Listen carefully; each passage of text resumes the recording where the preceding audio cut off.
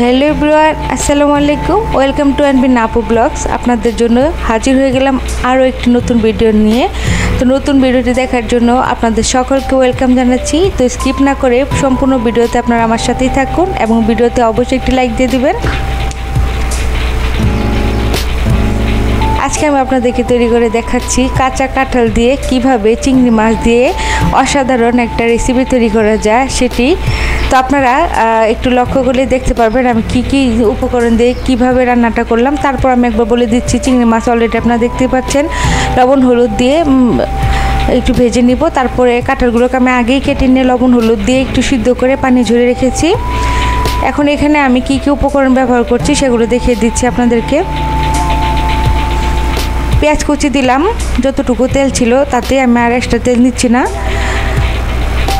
Soybean তেল নিয়েছি আমি। তো বেশ কিছুক্ষণ পেঁয়াজগুলোকে ভেজে নিয়ে তাতে একটু পানি দিয়ে দিলাম। এখন গুঁড়া মরিচ দিব, হলুদের গুঁড়া, মরিচের গুঁড়া, লবণ, ধনিয়ার গুঁড়া সব কিছু দিয়ে সুন্দর করে মশলাটাকে কষিয়ে নিব।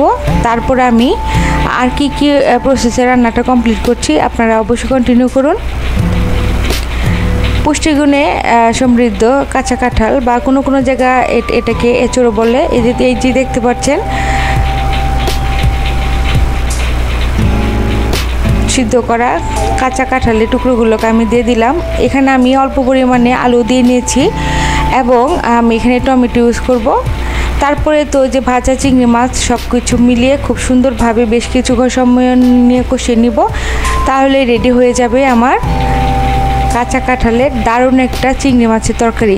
খেতে কিন্তু দুর্দান্ত, আপনারা একবার ট্রাই করে দেখবেন। কাঁচা কাঁঠাল বিভিন্ন ওয়েতে অনেকে খেয়ে থাকে, মাংসের সাথে খাওয়া যায়, শুটকি দিয়েও খাওয়া যায়, এমনকি সবজি করে খাওয়া যায়, বিভিন্ন প্রসেসে খাওয়া যায়। আজকে আমি এই চিংড়ি দিয়ে রান্না করলাম। তো খুব সুন্দর একটা অ্যারোমা বের হচ্ছে, খুব ভালোই হবে ইনশাল্লাহ। তো কষানো শেষ, তারপরে একটু পানি দিয়ে নিব, নিয়ে বেশ কিছু সময় নিয়ে রান্না করলে আমার রান্নাটা ডান হয়ে যাবে। আর গরম ভাত রান্না করে নিয়েছি আরও আগেই। তো গরম ভাতের সাথে যখন খাবো অনেক বেশি টেস্টি হবে। আপনারা সেভাবে ট্রাই করবেন। রুটি দিয়ে খেতেও খুবই ভালো লাগে।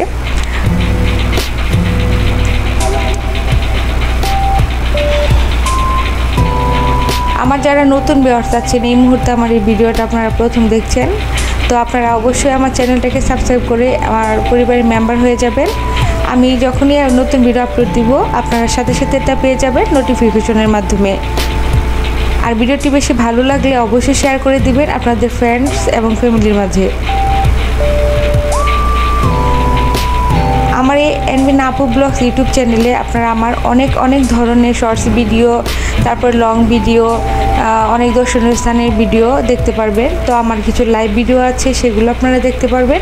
তো অবশ্যই আপনারা সেগুলোকে ভিজিট করে ওয়াচিং করবেন, আপনাদের বেশ ভালো লাগবে। এভাবে আমাকে সাপোর্ট করবেন। তো দেখে নিলেন পুরো প্রসেসটি। তো এই যে দেখুন ফাইনাল লুক, ওয়াও, অসাধারণ হয়েছে, খেতে তো দুর্দান্ত। আপনারা অবশ্যই ট্রাই করবেন আমার রেসিপিটা ফলো করে। আর কেমন হলো কমেন্টস করে জানাতে একদমই ভুলবেন না। দেখা হবে পরবর্তী ভিডিওতে। আল্লাহ হাফেজ, আসসালামু আলাইকুম।